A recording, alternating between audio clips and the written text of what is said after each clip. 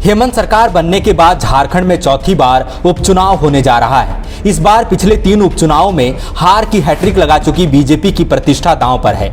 दरअसल बंधु तिर्की की विधायकी जाने के बाद मांडर में उपचुनाव हो रहा है। मांडर सुरक्षित सीट है। आंकड़े बताते हैं कि सुरक्षित विधानसभा सीटों पर बीजेपी का प्रदर्शन अच्छा नहीं रहा।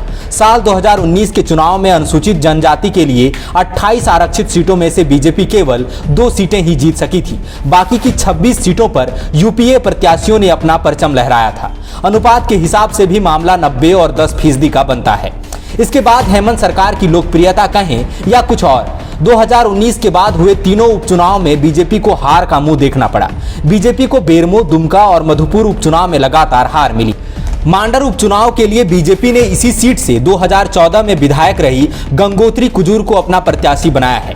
बीजेपी के सामने उसकी ही पार्टी से बागी प्रत्याशी देव कुमार धान है, जिन्होंने निर्दलीय प्रत्याशी के रूप में उम्मीदवारी पेश की है। देव कुमार धान को AIMIM ने अपना समर्थन दिया है। वहीं यूपीए ने पूर्व विधायक बंधु तिर्की की बेटी शिल्पी नेहा तिर्की को मैदान में उतारा है। शिल्पी नेहा तिर्की को राजद का समर्थन भी हासिल है। ऐसे में बीजेपी की चिंता बढ़ना लाजमी है। बीजेपी ने मांडर उपचुनाव का किला फतह करने के लिए अपनी पूरी ताकत झोंक दी है। न केवल सिपह सालारों बल्कि प्रमुख सेनापतियों को भी मांडर के रण में उतारा है। मांडर उपचुनाव बीजेपी की प्रतिष्ठा से कितना जुड़ा है, इसका अंदाजा इस बात से लगाया जा सकता है कि पार्टी ने यहां से 2 केंद्रीय मंत्रियों, 2 पूर्व मुख्यमंत्रियों और झारखंड बीजेपी के अध्यक्ष सहित कम से कम आधा दर्जन विधायकों को चुनाव प्रचार का जिम्मा सौंपा है। यही नहीं, बीजेपी को इस बार स्वाभाविक सहयोगी आजसू का भी साथ मिला है। शनिवार को आजसू सुप्रीमो सुदेश महतो ने भी बीजेपी प्रत्याशी गंगोत्री कुजूर के पक्ष में जनचौपाल लगाई और वोट मांगा।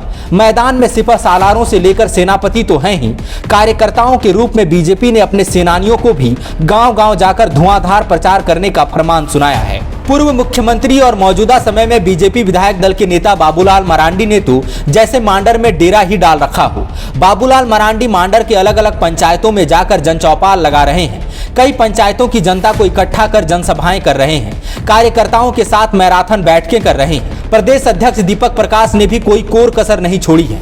दीपक प्रकाश भी लगातार जनसंपर्क अभियान चलाकर अपनी प्रत्याशी के पक्ष में वोट मांग रहे हैं। सेनापति के रूप में केंद्रीय मंत्री अर्जुन मुंडा और अन्नपूर्णा देवी भी मैदान में हैं और अग्रिम मोर्चे पर खड़े होकर चुनाव प्रचार कर रहे हैं। महागठबंधन के खिलाफ प्रमुख हथियार के रूप में बीजेपी परिवारवाद, भ्रष्टाचार, ईडी की हालिया कार्रवाई, खनन पट्टा लीज और जमीन के मामलों का इस्तेमाल कर रही है। पूर्व विधायक बंधु तिर्की की विधायकी जाने का मुद्दा तो जैसे बीजेपी के लिए ब्रह्मास्त्र सरीखा बन गया है। हालांकि इसका प्रभाव कितना होगा, ये तो चुनाव परिणाम बताएगा। मांडर उपचुनाव बीजेपी की प्रतिष्ठा के लिए कितना जरूरी है, इसकी बानगी विगत 5 जून को भी दिखी। विश्व पर्यावरण दिवस के मौके को बीजेपी ने भुनाने की कोशिश की। रांची के ऐतिहासिक मोरहाबादी मैदान में भगवान बिरसा मुंडा विश्वास रैली अथवा आदिवासी रैली का आयोजन किया। मुख्य अतिथि के रूप में बीजेपी के राष्ट्रीय अध्यक्ष JP नड्डा ने शिरकत की। उन्होंने इस रैली में अपने संबोधन के दौरान इस बात पर खासा जोर दिया कि कैसे बीजेपी ने आदिवासियों को सम्मान दिया, कैसे अटल बिहारी वाजपेयी की सरकार ने झारखंड के आदिवासियों के अलग राज्य के सपने को साकार किया।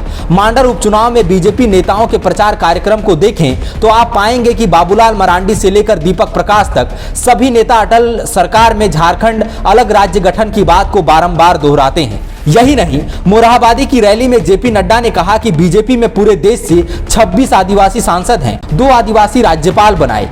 मांडर आदिवासी बहुल इलाका है, बाकी आप समझदार हैं। कुल मिलाकर बीते 3 उपचुनावों में हार के बाद मांडर का उपचुनाव बीजेपी के लिए प्रतिष्ठा का विषय बन गया है। यदि बीजेपी इसे जीतने में कामयाब रहती है तो झारखंड में यह संजीवनी की तरह होगा। बीजेपी यदि मांडर का किला जीतती है तो सियासी गलियारों में इस बात की पुष्टि हो जाएगी कि उन्होंने हालिया दिनों में खनन से लेकर जमीन और स्वास्थ्य से लेकर लॉ एंड ऑर्डर को लेकर हेमंत सरकार को घेरने की जो कोशिशें की है, जनता ने उसे स्वीकारा या नहीं। 2024 के लोकसभा और विधानसभा चुनाव से पहले मांडर का उपचुनाव एक तरह से भारतीय जनता पार्टी के लिए लिटमस टेस्ट भी है। देखना होगा कि बीजेपी पास होती है या फेल।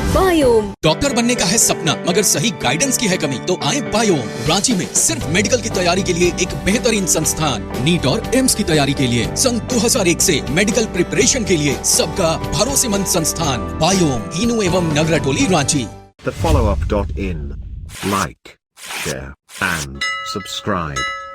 www.thefollowup.in